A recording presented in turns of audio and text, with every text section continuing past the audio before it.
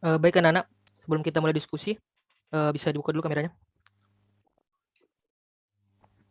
Nah baik, mungkin dimulai dari yang laki-laki dulu, perwakilan satu orang atau dua orang mungkin bisa satu yang menceritakan, satu yang sifat teladan, jelaskan sifat teladan dari kisah tersebut. Silakan. Dari alam, dari alam. Silakan.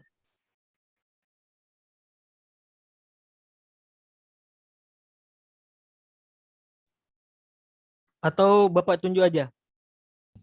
Him, him. Him kamu aja, him. Tuh alam Ditunjuk aja, ngelek-ngelek. Ya, silakan Abdurrahim. Untuk sifatnya nanti saya yang jelaskan, Pak. Oke. Yang bercerita siapa?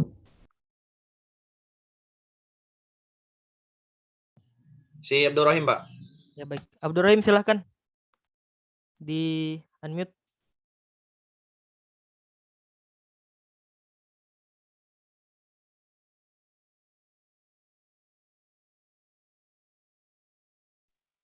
Oke, Assalamualaikum warahmatullahi wabarakatuh. Perkenalkan dulu Pak, Waalaikumsalam. nama saya Abdurrahim Alamin. Di sini saya akan menceritakan suri tauladan dari Nabi Ibrahim alaihissalam. Nabi Ibrahim alaihissalam adalah suri tauladan dalam hal akidah. Ia tetap berpegang teguh pada ajaran Allah Subhanahu wa taala, sekalipun ayahnya seorang penyembah berhala. Salah satu perilaku Nabi Ibrahim alaihissalam yang perlu diteladani dalam hal akidah adalah tidak menyekutukan Allah. Nah, tidak menyekutukan Allah bagi saya itu Nabi Ibrahim itu dia tetap berpegang teguh akan kepercayaannya, Pak, dengan dia tidak mengikuti ajaran dari ayahnya yang menyembah berhala. Dan Nabi Ibrahim ini sempat diejek dan dihina, dijauhkan sampai diberi hukuman yang paling sadis itu oleh masyarakat, dilempar ke dalam gumpalan api. Tapi Nabi Ibrahim di sini sangatlah tabah dan sabar, gitu Pak. Kalau sifatnya akan dijelaskan oleh saudara Alam. Baik, silahkan Alam.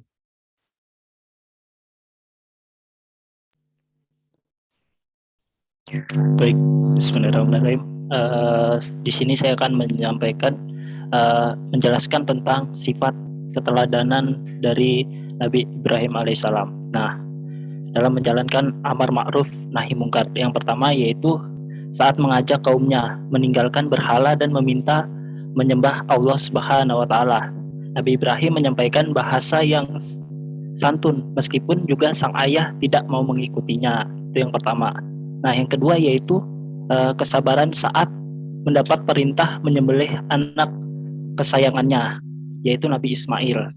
Nah, ia begitu patuh dan akhirnya diganti dengan domba dari surga.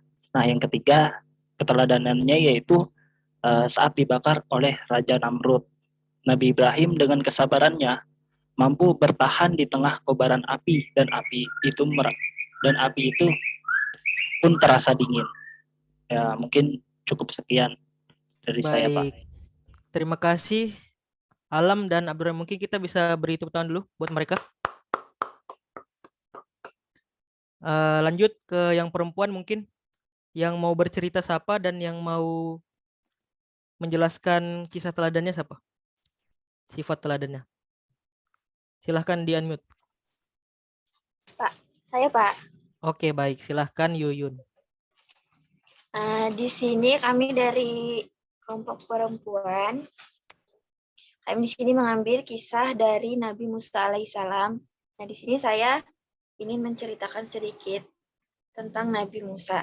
Nanti yang membahas suri tauladannya mungkin teman-teman saya. Nah, di sini Nabi Musa alaihissalam itu merupakan nabi ke-14 dari ke-25 nabi dan rasul. Nah, Nabi Musa itu diutus melawan kekafiran Raja Fir'aun di Mesir pada saat itu. Nah, Nabi Musa alaihissalam itu termasuk dalam Rasul Ulul Azmi yang memperoleh mukjizat dari Allah Subhanahu wa taala. Mukjizat yang diberikannya itu berupa tongkat. Nah, salah satu Rasul Ulul Azmi ini terakhir dari kaum Bani Israel. Nah, pada saat Nabi Musa lahir itu, Mesir itu berada di bawah kekejaman dan kesombongan Raja Fir'aun. Nah, Raja Fir'aun itu adalah raja yang enggan bersyukur kepada Allah Subhanahu wa taala atas semua karunia yang telah diberikan.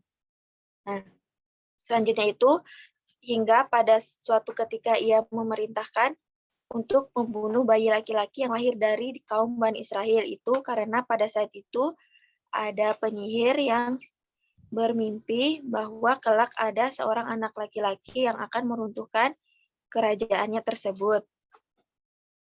Nah, dan bertepatan pada saat itu juga Airikah atau wanita dari Bani Israel, yaitu ibu dari Nabi Musa itu melahirkan bayi laki-laki. Nah, karena ia takut bayinya itu dibunuh oleh tentara Nabi Firaun, tentara Raja Firaun, jadinya istrinya mamanya Nabi. Bentar, Pak. Iya. Nggak apa-apa, pakai bahasa kalian aja. Ya. Jadi mamanya Nabi Musa itu menghanyutkan Nabi Musa itu di sungai.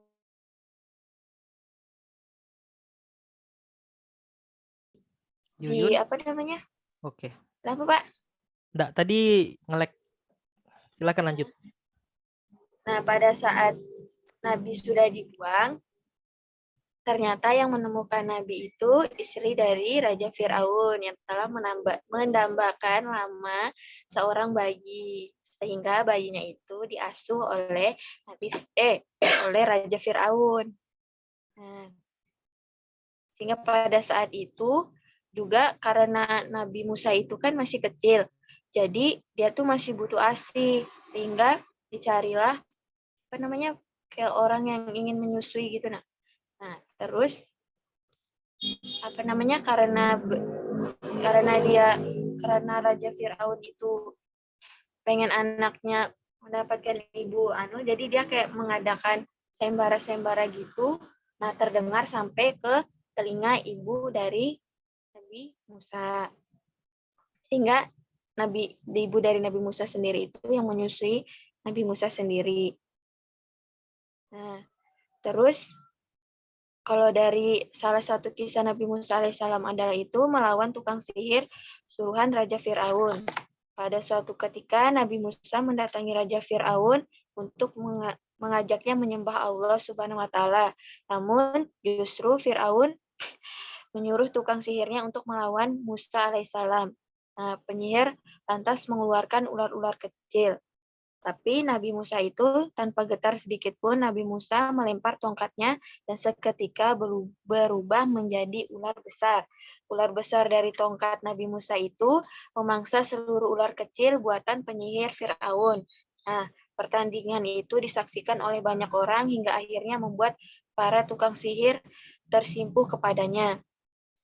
Nabi Musa alaihissalam juga diberikan mukjizat untuk membelah Laut Merah dengan tongkat yang ia miliki. Nah, kejadian itu dilakukan saat dalam pengejaran Raja Fir'aun hingga akhirnya ia beserta kaumnya selamat, sedangkan Raja Fir'aun itu Tenggelam. disapu oleh air-air tersebut, ya, atau tenggelam. Itu, Pak. Nah, mungkin baik. suri tauladannya bisa Ya. dijelaskan oleh teman-teman saya. Terima kasih. Siapa yang mau menjelaskan kisah teladannya? Saya, Sifat Pak. teladan. Oke. Silahkan Jamilah. Persilahkan. Bismillahirrahmanirrahim. Assalamualaikum warahmatullahi wabarakatuh. Waalaikumsalam Jadi di sini warahmatullahi. saya Jamilah Nur Saharani akan menyampaikan ibrah apa sih yang dapat kita ambil dari kisah Nabi Musa alaihissalam ini. Yang pertama kita lihat dari dua sisi ya teman-teman. Yang pertama dari Nabi Musa alaihissalam, yang kedua dari sosok Fir'aun sendiri. Yang pertama dari Nabi Musa alaihissalam, kita bisa melihat betapa besar ketabahan beliau, kesabaran beliau dalam menghadapi Fir'aun, dalam meyakini Fir'aun dan mengajak Fir'aun nih agar bisa berada di jalan kebenaran. Terus juga betapa besar kesungguhan beliau, ikhtiar beliau dalam menyebarkan agama Islam. Bahkan manusia yang jahat, zolim seperti Fir'aun yang sudah melampaui batas sendiri, Allah Subhanahu wa taala itu memerintahkan Nabi Musa alaihissalam dan Nabi Harun alaihissalam dalam Quran surat Toha ayat 44 yang artinya, dan berbicaralah kalian berdua kepadanya atau Fir'aun dengan kata-kata yang lembut. Mudah-mudahan dia sadar atau takut. Di sini kita bisa memetik hikmah bahwa manusia yang sangat kejam, yang sudah melampaui batas saja, kita harus menghadapinya dengan sabar, dengan kata-kata yang lemah lembut. Menasehati harus dengan adab, apalagi dengan kita yang manusia biasa yang kadang melakukan kesalahan tidak seberapa. Di situ harus kita ambil pelajaran bahwa pentingnya kesabaran. Kesabaran tidak ada batasnya, teman-teman. Terus yang kedua, dari sosok Fir'aun sendiri. Dari binasanya Fir'aun sendiri, kita bisa melihat bahwa kesombongan, kezoliman adalah hal-hal yang patut dihindari, karena kedua sifat itu adalah tindakan atau sifat yang paling dibenci oleh Allah Subhanahu wa taala. Mungkin sekian dan terima kasih. Semoga dengan kisah Nabi Musa alaihissalam dari situ kita bisa mengambil suri teladan dari beliau untuk dapat kita Amin, amin, ya aplikasikan Rabbal Alamin. dan sehari-hari. Amin Allahumma amin. Terima kasih. Wassalamualaikum Terima warahmatullahi kasih. wabarakatuh. Waalaikumsalam warahmatullahi wabarakatuh. Terima kasih ya kepada Yuyun dan Jamilah. Kita beri tepuk tangan dulu sebagai apresiasi. Baik, kita kan tadi sudah mendengar tuh kisah dan sifat tauladan dari para Rasulullah ulul azmi. Tadi ada Nabi Musa dan Nabi Ibrahim. Nah, baik, untuk selanjutnya Bapak mau nih ada satu orang yang menyimpulkan hasil diskusi kita pada hari ini secara umum. Hasil diskusi tadi disimpulkan oleh satu orang. Ada yang mau inisiatif satu orang? Atau Bapak tunjuk kalau tidak ada yang mau inisiatif? Menyimpulkan diskusi kita pada hari ini.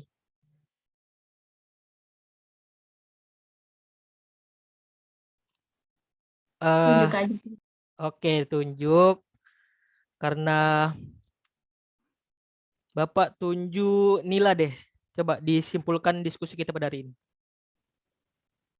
Lo langsung matiin kamera ya. Baik, Bapak tunjuk yang matiin kamera aja. Tunjuk Fadilah, silahkan mungkin. Fadilah Arum Lestari, nyimpulkan. Keseluruhan, Kak, Pak. Ya, dari diskusi tadi simpulkan apa aja yang mungkin yang kalian dapat dari hasil diskusi tadi. Apa aja mungkin. Silahkan. Dari yang diskusi aja, Kak? Ya, Atau yang dari diskusi.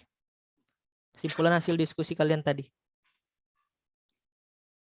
Jadi tadi ada 2 ulul azmi yang udah disampaikan sama teman-teman. Yang pertama ada Ibrahim, yang kedua ada Nabi Musa. Nah, dari kisah Nabi Ibrahim ini kita bisa mengambil sifat-sifatnya. Yang pertama itu kita disuruh belajar sabar. Seperti kita lihat dari kisah Nabi Ibrahim yang mengajak kaumnya meninggalkan berhala dan menyembah Allah. Nah, kemudian kesabaran mendapat perintah untuk menyembelih anak kesayangannya Nabi Ismail, yang kemudian diganti dengan domba. Kemudian ketika ia dibakar oleh Raja Namrud, ia sabar dan mampu bertahan di tengah kobaran api, dan api itu terasa dingin. Jadi kita di situ diajarkan untuk sabar. Terus yang Nabi Musa itu kita bisa mengambil sifat-sifatnya. Yang pertama itu pemberani dalam menyampaikan kebenaran, kemudian taat kepada Allah, 3 ketekunan dalam belajar, dan keempat tetap suka membela yang lama. Mungkin itu saja yang bisa saya sampaikan. Baik, terima kasih Fadilah. Sedikit penguatan dari Bapak sekaligus kesimpulan sebelum menutup pembelajaran pada hari ini. Jadi ulul azmi ini adalah sebuah gelar bagi seseorang yang memiliki ketabahan, kesabaran, dan keseriusan yang luar biasa dalam menjalankan tugas suci. Tugas suci di sini adalah berdakwah di jalan Allah Subhanahu wa taala. Jadi pada zaman dahulu itu masyarakat di bumi ini masih simpang siur, dalam artian tidak tahu siapa itu Tuhan dan melakukan apapun seenaknya apa yang dia mau gitu. Ada yang menyembah berhala dan sebagainya. Bahkan ada yang mengaku bahwa dia itu adalah Tuhan. Saking pada zaman dahulu itu masih tidak tahu siapa yang menjadi Tuhan gitu. Oleh karena itu Allah menurunkan Rasul ulul azmi ini untuk meluruskan ajaran-ajaran tersebut dan mulai menyembah dan menuhankan Allah Subhanahu wa taala. Walaupun pada jalannya nanti Rasulullah SAW ini sudah seperti yang kita dengar cerita tadi bahwa ada banyak cobaan yang dialami, tetapi mereka semua tetap sabar dan teguh dalam mendakwahkan agama Allah Subhanahu wa taala. Oleh karena itu, mereka mendapat gelar ulul azmi dari Allah Subhanahu wa taala akibat ketabahan dan kesabarannya dalam menyebarkan agama Allah tadi. Nah, baik, pembelajaran hari ini mungkin Bapak cukupkan sampai sini. Sebelum kita menutup pembelajaran pada hari ini, kita mungkin bisa membaca hamdalah dan doa kafaratul majelis bersama-sama. Alhamdulillahirabbil alamin. Subhanakallahumma wa bihamdika asyhadu an la ilaha illa anta astaghfiruka wa atubu ilaik. Assalamualaikum warahmatullahi wabarakatuh. Waalaikumsalam warahmatullahi wabarakatuh.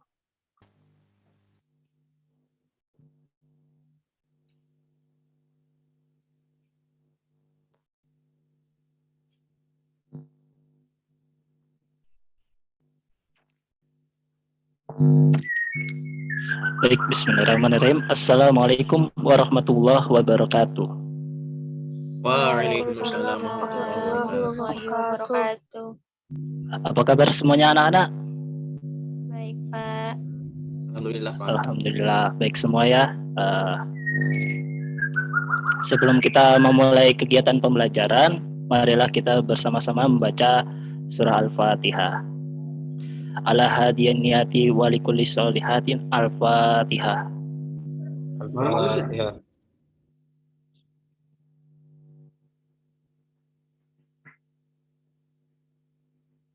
Berdoa selesai. Baik, hari ini kita akan membahas tentang sejarah Khulafaur Rasyidin. Nah, minggu kemarin kita membahas tentang kondisi masyarakat Arab sebelum datangnya Islam. Nah,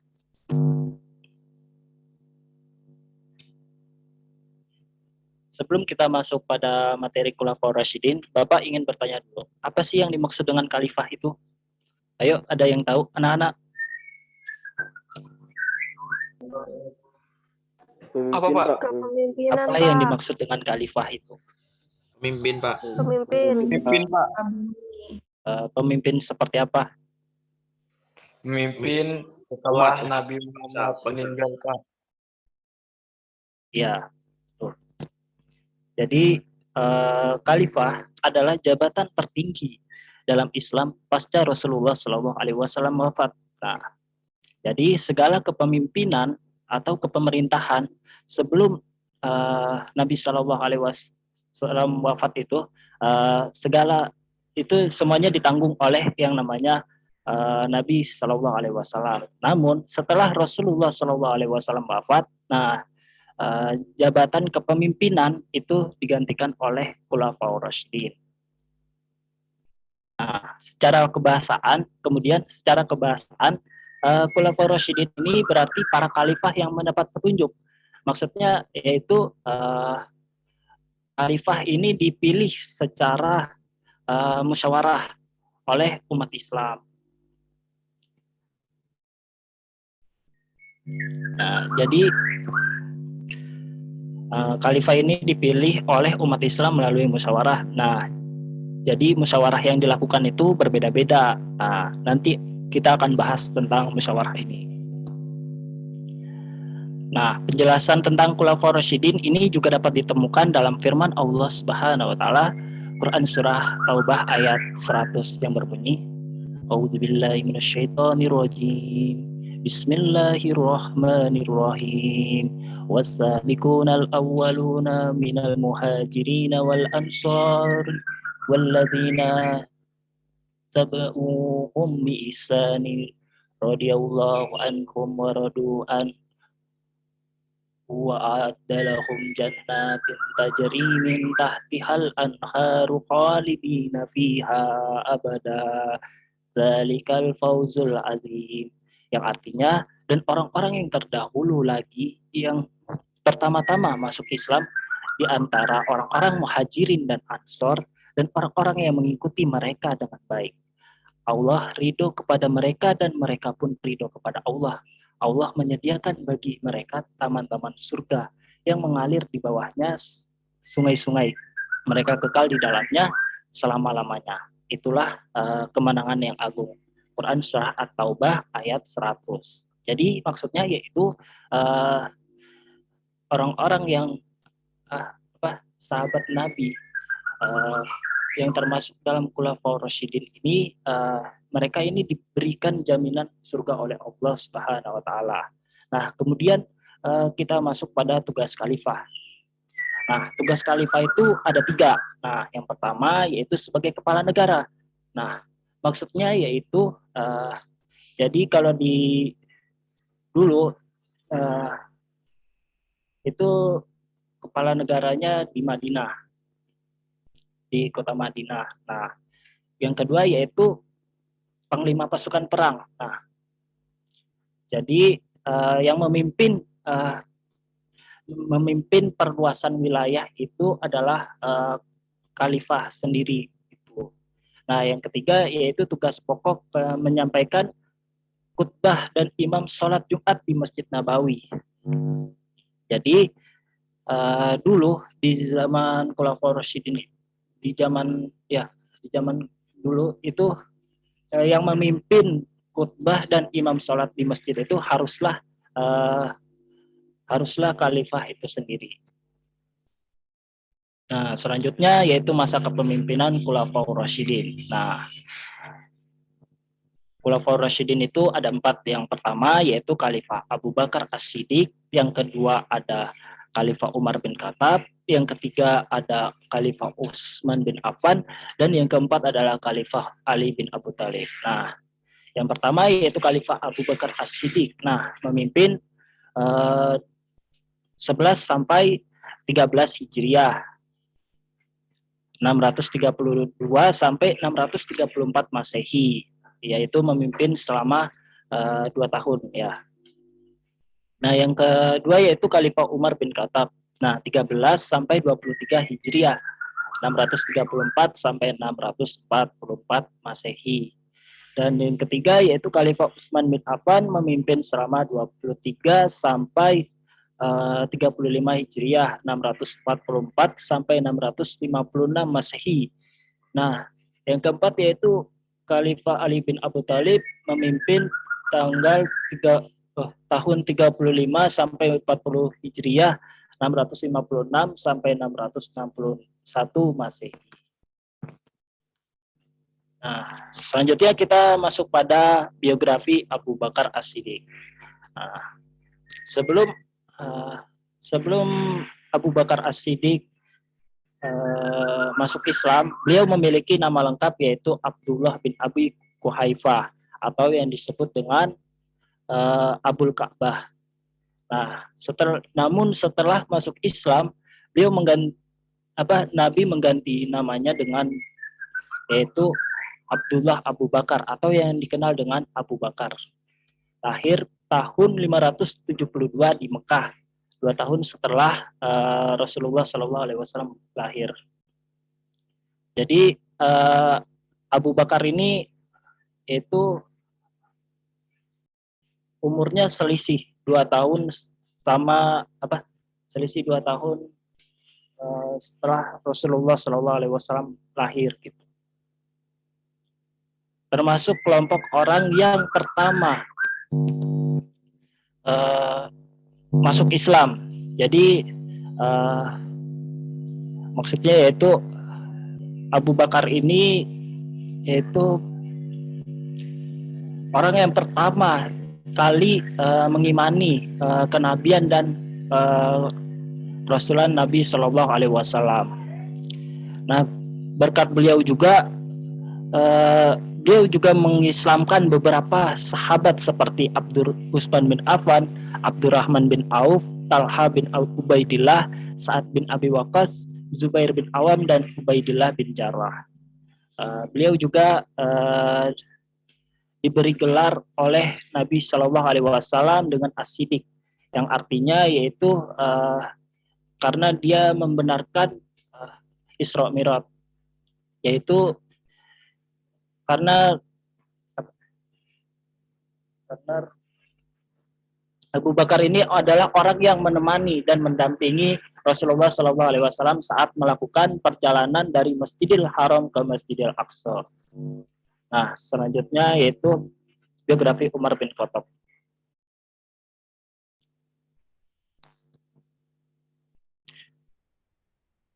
Mungkin dari materi biografi Abu Bakar As-Siddiq ada yang ingin ditanyakan atau masih ada yang kurang paham? Baik, kita masuk pada biografi Umar bin Khattab. Nama lengkap beliau adalah Umar bin Khattab Ibnu Nufail Ibnu Abdul Aziz, keturunan dari Bani Adi Ibnu Ka'ab Ibnu Lu'ay. Silsilahnya bertemu dengan silsilah Nabi pada Ka'ab. Jadi moyang Nabi ke-19. Umar lahir 13 tahun setelah Nabi lahir. Nah, kemudian beliau dikenal sebagai sosok yang paling keras dan pemberani. Nah, jadi sifat beliau ini sangat berbeda dengan Khalifah Utsman bin Affan. Kalau Khalifah Utsman bin Affan kan sifatnya itu lemah lembut gitu. Kalau Umar ini dia merupakan sosok yang keras dan pemberani, paling keras dan beringas menentang Nabi Muhammad SAW. Jadi awal mulanya Umar ini adalah musuh yang sangat ditakuti dan sering menentang Nabi Muhammad SAW. Namun setelah masuk Islam, Umar adalah pelindung dan sahabat dekat dengan Rasulullah SAW. Selanjutnya biografi Utsman bin Affan. Utsman bin Affan lahir 5 tahun setelah Nabi lahir. Utsman bin Affan adalah saudara besar dan kaya. Beliau sangat pemurah dan mewakafkan kekayaannya demi Islam. Beliau menyumbangkan 500 unta, 950 unta, 59 kuda, dan 1000 dinar dalam perang Tabuk. Beliau juga mendapatkan julukan Dzul Nurain karena beliau juga menikahi dua putri Nabi Muhammad SAW, yaitu Ruqayyah dan kemudian Ummu Kulsum, sahabat Nabi yang masuk surga. Jadi Utsman bin Affan ini merupakan surga. Selanjutnya yaitu biografi Ali bin Abu Thalib.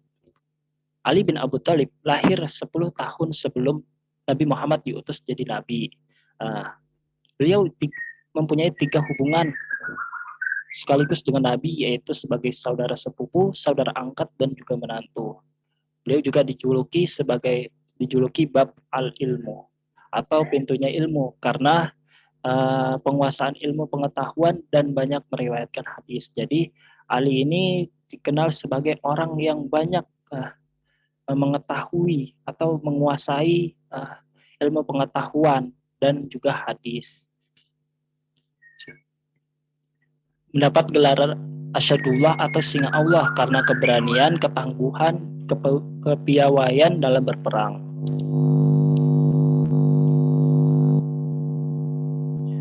Selanjutnya yaitu kita masuk pada proses Abu Bakar diangkat menjadi khalifah.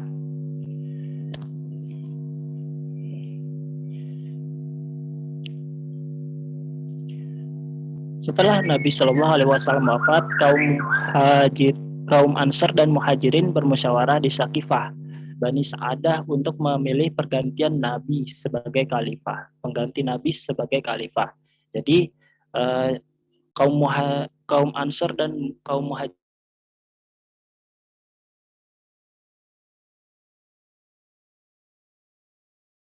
ini dikumpulkan dan disuruh bermusyawarah di Saqifah Bani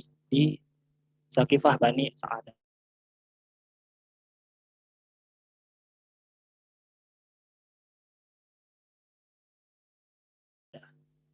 Kaum Ansar pimpinannya Sa'ad bin Ubaidah dan kaum Abu Ubaidah bin Jarrah. Selanjutnya yaitu kita masuk pada tantangan. Nah, tantangan apa saja sih yang dihadapi oleh Khalifah Abu Bakar As-Siddiq? Nah, yang pertama yaitu menghadapi orang-orang murtad karena banyak yang lemah iman. Jadi dulu pada saat perang Riddah banyak orang-orang murtad yang keluar membelot dari perang tersebut. Makanya dikatakan sebagai orang-orang murtad itu. Nah, yang kedua yaitu menghadapi orang-orang yang mengaku nabi. Nah, yang pertama yaitu Musailamah al-Kadzab di Yamamah, dan yang kedua yaitu Sajah bin dari Bani Tamim, yang ketiga Al-Aswad Al-Ansi di Yaman, dan yang keempat adalah Tulaiha bin Khuwailid dari Bani Asad. Nah, yang ketiga yaitu menghadapi orang-orang enggan mengeluarkan zakat karena mereka menganggap zakat untuk Nabi Muhammad SAW. Jadi orang-orang yang tidak bayar zakat, nah mereka akan diperangi oleh Khalifah Abu Bakar As-Siddiq dan para pasukannya. Selanjutnya yaitu perang Ridho. Nah, perang Ridho. Jadi Khalifah ini membentuk 11 pasukan dan masing-masing mengirimkan surat peringatan untuk kembali ke ajaran Islam yang benar. Jadi orang-orang yang menolak peringatan tersebut mereka akan diperangi. Selanjutnya yaitu perluasan wilayah. Nah, perluasan wilayah. Jadi perluasan wilayah yang dilakukan oleh Khalifah Abu Bakar As-Siddiq ialah perluasan wilayah dari Irak ke Syam, yang pada waktu itu menjadi jajahan bangsa Romawi. Jadi dulu wilayah Irak dan Syam itu masih dijajah oleh bangsa Romawi. Nah, yang kedua yaitu perluasan ini dilakukan karena keberadaan kaum penjajah Romawi yang terus-menerus mengancam eksistensi negara Islam di Madinah. Nah, karena perluasan wilayah yang dilakukan Khalifah ini dari wilayah Irak ke Syam, nah makanya bangsa Romawi ini terus mengancam negara Islam di Madinah. Nah, selanjutnya yaitu perluasan wilayah ke negeri Syam akan diteruskan oleh Khalifah Umar bin Khattab. Kita masuk pada akhir hayat Abu Bakar. Abu Bakar wafat karena sakit pada tanggal 21 Jumadil Akhir 13 Hijriah, 22 Agustus 634 Masehi. Nah, Khalifah Abu Bakar mencatat sukses. Yang pertama yaitu mampu memantapkan unitas, integritas, stabilitas agama Islam dan negara Islam, yaitu mampu menyeimbangkan antara urusan agama dengan negaranya gitu. Yang kedua yaitu perluasan wilayah ke Islam luar. Nah, seperti yang Bapak jelaskan tadi, perluasan wilayah dari Irak ke Syam gitu. Nah, yang ketiga yaitu menghimpun ayat-ayat Al-Qur'an yang masih berserakat. Jadi dulu di zaman Abu Bakar ayat-ayat Al-Qur'an itu masih berserakan. Ada yang ditulis di pelepah pohon kurma, ada juga yang ditulis di tulang, dan ada juga yang ditulis di batu. Jadi Khalifah Abu Bakar ini mengumpulkan ayat-ayat tersebut. Nah, selanjutnya yaitu prestasi Khalifah Umar bin Khattab. Perluasan wilayah Islam ke Syam, Syriah, Persia, dan Mesir. Nah, jadi seperti yang dijelaskan tadi di prestasi Khalifah Abu Bakar As-Siddiq, bahwa